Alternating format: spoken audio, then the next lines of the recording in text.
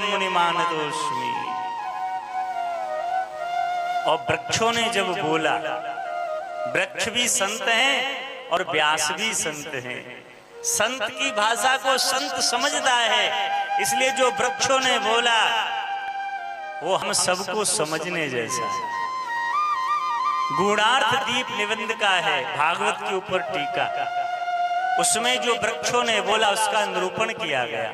वृक्ष कहते हैं, हे व्यास वयम स्थावराः अस्माकं फलस्वरूपा बहवः पत्रा जायन्ते न सन्ति न वयं शोचामः। भगवत कलावतारस्य ज्ञानीनां शिरोमणि कथम शोचामि इति आश्चर्यम्। हमें बड़ा आश्चर्य होता है हे व्यास तुम्हें देख करके। स्थावरा जंगमा जड़, हम तो जड़ हैं। कौन है? जड़, वृक्ष जड़ है।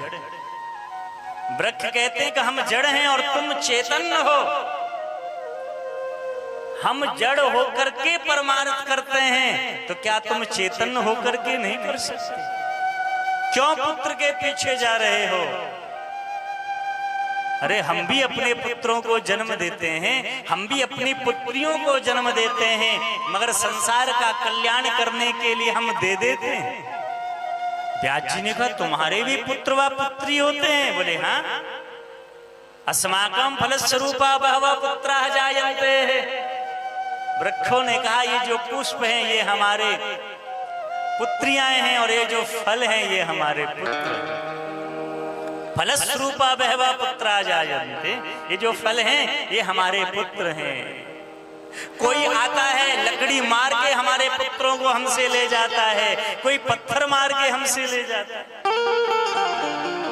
मगर हम विरोध नहीं करते, कोई शोक नहीं करते, हम उन्हें दे देते हैं। क्यों दे देते हो? बोले इसलिए कि हम जानते हैं कि हमारा यदि पुत्र जा रहा है ये किसी की औषधि बनकर के रोग का निवारण करेगा।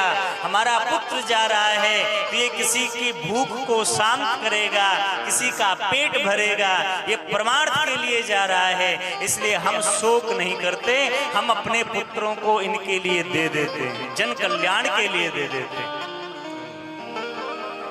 तो हम जड़ होकर शोक नहीं करते, मगर हमें आश्चर्य हो रहा है। इति आश्चर्यम ज्ञानी नाम शिरोमणि भगवत कलावतार से। तुम तो भगवान के कलावतार हो और ज्ञानियों में शिरोमणि हो, मगर फिर भी तुम पुत्र वियोग में ऐसे दुखी हो रहे हो। तुम्हें देख करके हमें बड़ा आश्चर्य हो रहा है। तुम शोक मत करो, तुम्हारा पुत्र सर्वत्र संसार का कल्याण करने के लिए जा रहा है। तम सर्वभूत हृदय मुनिमानतोऽस्मि। हे मुनि तुम मानो ये तुम्हारा पुत्र सबके हृदय में बैठ करके जीव का कल्याण करेगा, इसलिए इसे वापिस मत ले जाओ। वृक्षों ने जब ये उपदेश दिया तो व्यास जी ने कहा जब इतना महान पुत्र है मेरा तो मैं इसे वापिस नहीं ला सकता। प्रसंग ऐसा भी आता है कि कुछ युवतियां स्नान कर रही थी, सुखदेव जी निकल गए, व्यास जी को देख के लाज करने लगी। व्यास जी ने कहा मैं तो तुम्हारे परदादा के समान हूं, तुम्हारे सामने से निर्वस्त्र अवस्था में तरुण अवस्था का पुत्र निकल के चला गया और तुमने उसको देख के लाज नहीं की, मुझे देख के लाज कर रही हो। तो युवतियों ने कहा व्यास जी आपका पुत्र तो इतना महान है, उसकी ब्रह्म दृष्टि है। आपका पुत्र तो इतना महान है, उसकी ब्रह्म दृष्टि है। वो स्त्री व पुरुष का भेद नहीं जानता, वो ना स्त्री जानता है ना पुरुष, वह केवल आत्मराम है, वो आत्मा में रमण करता है।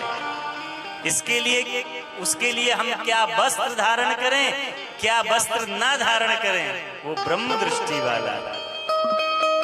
मगर आपसे लाज इसलिए करनी पड़ेगी, आपने महाराज 17 पुराण लिखे हैं उन पुराणों में स्त्री की लाज क्या है, पुरुष की लाज क्या है, स्त्री का धर्म क्या है, पुरुष का धर्म क्या है, इस सब का निरूपण किया है। तुम्हें स्त्री व पुरुष का भेद पता है, इसलिए तुमसे हमें लाज करनी पड़ेगी। बोलो जय श्री कृष्ण।